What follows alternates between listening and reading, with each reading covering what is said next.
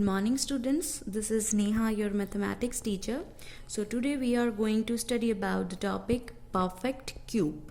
In the previous video we have studied about the topic cube of a number, and now we will study about the perfect cube. So first just look at the definition.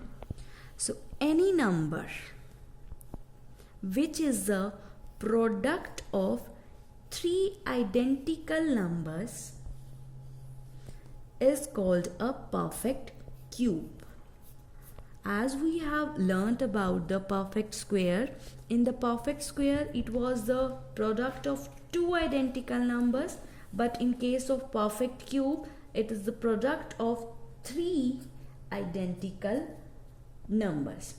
For example, let us just look at 3 cube. We know that we have studied it in the previous video that the cube of a number is the product of the number by itself 3 times. So this is 27. Now let us just look at the number from this side. That is, let us just look at the number 27. Now 27 is expressed as the product of three identical numbers. That means 27 is a perfect cube, right? Similarly, let us just look at one more question, that is 4 cube, that is 64. Now look at the number from this side, that is 64. Now 64 can be expressed as the product of three identical numbers, that is 4, 4. That means 64 is a perfect cube. So any number which can be expressed as product of three identical numbers is a perfect cube. Now how to check that a number which is given to us is a perfect cube or not? So here are 3 steps. The first step is express the given natural numbers as a product of its prime factors. Second step, group the factors in the triplets of equal factors. In case of perfect square, we are grouping the factor in pairs, but in case of perfect cube, we will group the factors in triplets. Now, if no factor is left, then the given natural number is perfect cube, otherwise not. Let us just look at the example. These steps will be clear to you. Now let us just check 8 is a perfect cube or not.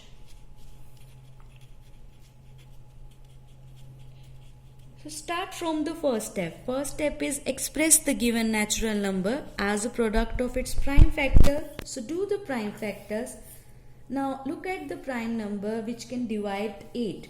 So the least prime number is 2 and 2 can divide 8. So this will go on 2 and the quotient will be 4. Now again 2 can divide 4 and 2 can divide 1. That means 8 can be expressed as product of prime factors like this. Now comes to the second step. Second step is group the factors in triplets of equal factors. This is a triplet. We have grouped it. Now there is any number which is left? No, there is no number which is left. That means 8 is a perfect cube, right? Now let us just look at one more example, that is check 128 is a perfect cube or not. So we will do the first step, that is first step is express it as a product of prime factors. So prime factors, now 2 can divide 128, right? So it will goes on 64. Now again 2 can also divide. Just do the prime factorization to express it as product of prime numbers.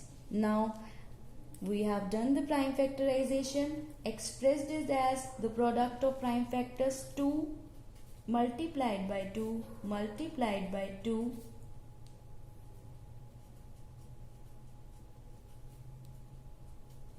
1 2 3 4 5 6 7. 1 2 3 4 5 6 7. Now do the second step. Group the factors in triplets. First triplet, this is second triplet. Now third step, does there any number which is left unpaired or not? Yes, there is a number 2 which is left. That means since number is left, that means 128 is not a perfect cube. Okay, now if we have to find out a natural number whose cube is the given number. So what we have to do this, first we will do this step, we will make the triplets, and if no factor is left, that is perfect cube, that number is perfect cube. Then what we have to do is we will take the each factor from the triplet. Now let us just take the example 1 7 2 8. We have to check whether this number is a perfect cube or not, and if it is a perfect cube, we have to find the number whose perfect cube is 1728. So do the first step, do the prime factorization. So least prime number is 2 and 2 can divide this. So if 2 divide this, the quotient will be 864. Now 2 can again divide this, the quotient will be 432. 2 can divide this, the quotient will be 216. Similarly, just do the prime factorization. 54. Now 2 can divide 54 and the quotient will be 27. Now 2 can't divide 27.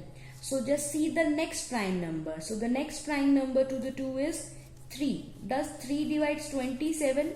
Yes. So 3 divides 27, it goes on 9. Now 3 can also divide 9. So quotient will be 3. And 3 can divide 3. The quotient will be 1. So express this as a product of prime numbers as we have obtained here. 2 multiplied by 2 multiplied by 2. So we have expressed it as product. Now do the second step, make the triplets, group them into triplets. First triplet, second triplet and third triplet. Now does there any number which is left? No, there is no any number which is left. That means 1728 is a perfect cube. Now if we have to find out the number whose cube is 1728, so the step is this, that is take out one factor from each triplet and multiply them. So take out each factor from one triplet. So from this triplet take one factor, that is 2. From this triplet also take one factor, that is 2. And from this triplet of 3 take one factor, that is 3. And multiply them. So the answer you will get is 12.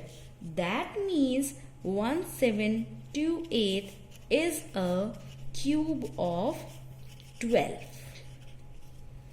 Okay, so this is the way how we can check that whether the given number is a perfect cube or not, and we can also find the number whose cube is the given number. Okay, so practice the questions to check that whether the number is a perfect cube or not. Thank you very much.